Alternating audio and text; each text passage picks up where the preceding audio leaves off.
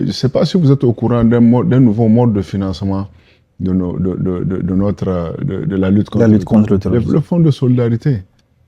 Ce sont des nationaux qui se lèvent spontanément pour aller donner leur contribution à ces fonds. C'est des milliards et ces fonds-là sont dédiés exclusivement et à la défense et à des actions de développement pour permettre.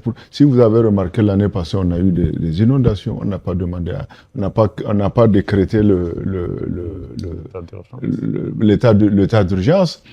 Et autre chose que je voudrais dire, nous, à la date d'aujourd'hui, nous avons interdit l'aide alimentaire. On a dit qu'on ne veut pas. Même tout récemment, juste avant que je ne vienne, il y a un pays qui nous a écrit pour nous dire qu'il nous offre une aide alimentaire de temps.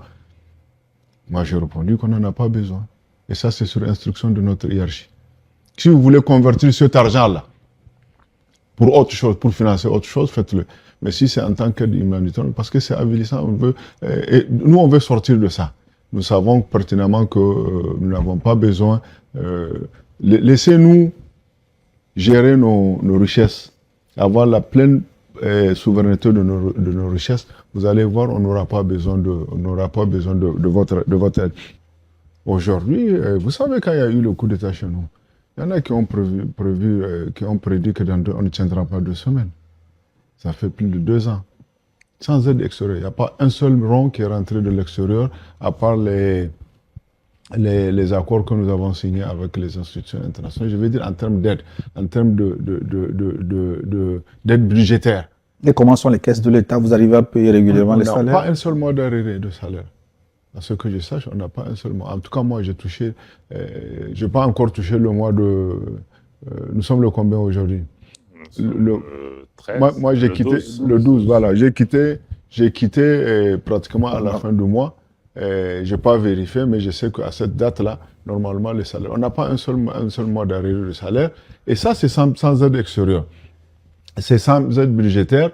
Et pourtant, on avait dit qu'on ne tiendra pas 2 mois. Donc, moi, je pense que c'est une performance qu'il faut saluer. Ce qu'il a dit, c'est juste pour être de la transparence.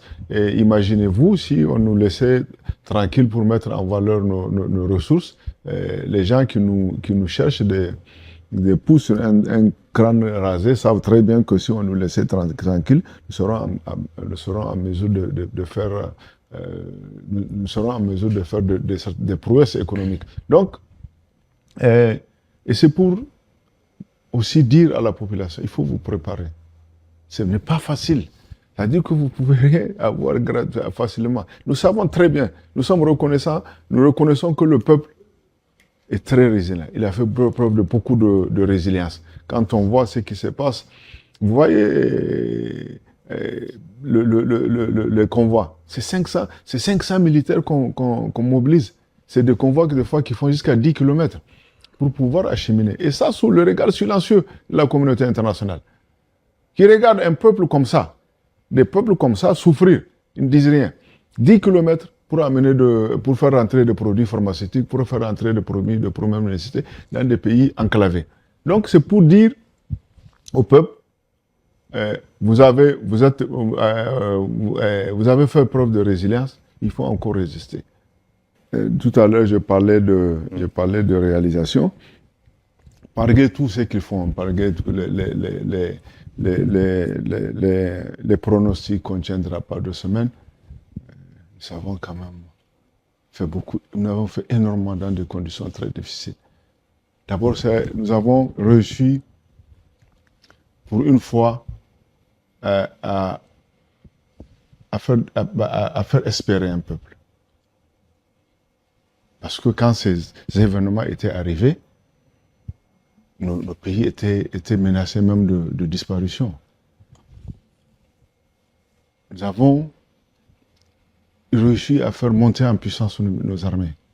Parce qu'il n'y a pas match. Aujourd'hui, vous ne pouvez pas comparer la situation de nos armées aujourd'hui à celle d'avant l'arrivée de nos présidents respectifs.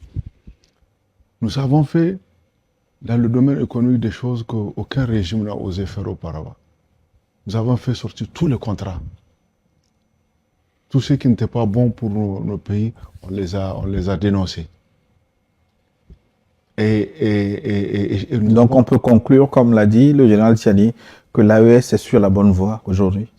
Très certainement, l'AES. Dans tous les cas, l'AES, cette carrière, elle est sous la bonne voie. Et je vais vous dire l'avantage que nous avons par rapport aux Français. Admettons même qu'on soit dans des situations économiques différentes, c'est que nous, il n'y a pas moyen de faire demi-tour. La situation dans laquelle, le chemin dans lequel nous nous sommes engagés, on ne peut pas faire demi-tour. Donc, c'est autant de détermination, quel que soit le temps que ça va prendre, quel que soit le sacrifice à consentir, nous n'avons d'autre choix que de... Vous connaissez un seul pays qui a eu la souveraineté, l'indépendance vraie, la souveraineté sur ses ressources, en empruntant une autre voie que celle que nous sommes en train de suivre. Donc il faut du sacrifice.